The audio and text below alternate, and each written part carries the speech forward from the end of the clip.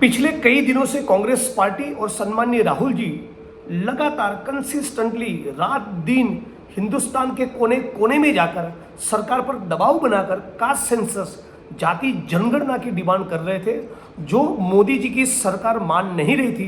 लेकिन जनता का जिस प्रकार से रुख तैयार हुआ, जिस प्रकार से दलित आदिवासी ओबीसी में चेतना बढ़ी, मोदी सरकार के लिए ये मजबूरी बन गई और सरकार ने कल अनाउंसमेंट किया कि कास्ट सेंसस करवाएंगे। मैं मानता हूँ ये राहुल जी की और कांग्रेस पार्टी की और विशेष तौर पे हिंदुस्तान के भारत के दलित आदिवासी ओबीसी की जीत है।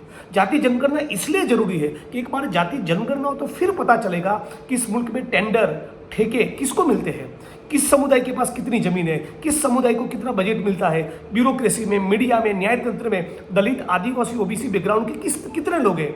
आज तो परिस्थिति ये है कि यदि एक केक है और केक के ऊपर चेरी है तो चेरी 85% जो दलित आदिवासी ओबीसी वो खाते हैं और 15% लोग पूरी केक खाते हैं। तो ये पूरा वास्तविक चित्र हिंदुस्तान की जनता के सामने है। सही मायनों में भारत का एक्सरे हो, इसलिए कास्ट सेंसस बहुत जरूरी था।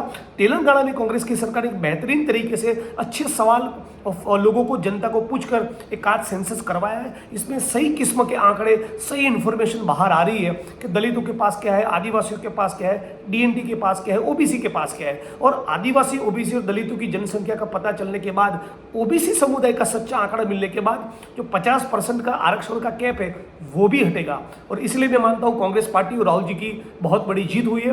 भारत के दलित आदिवासी ओबीसी समुदाय को ढेरों शुभकामनाएं।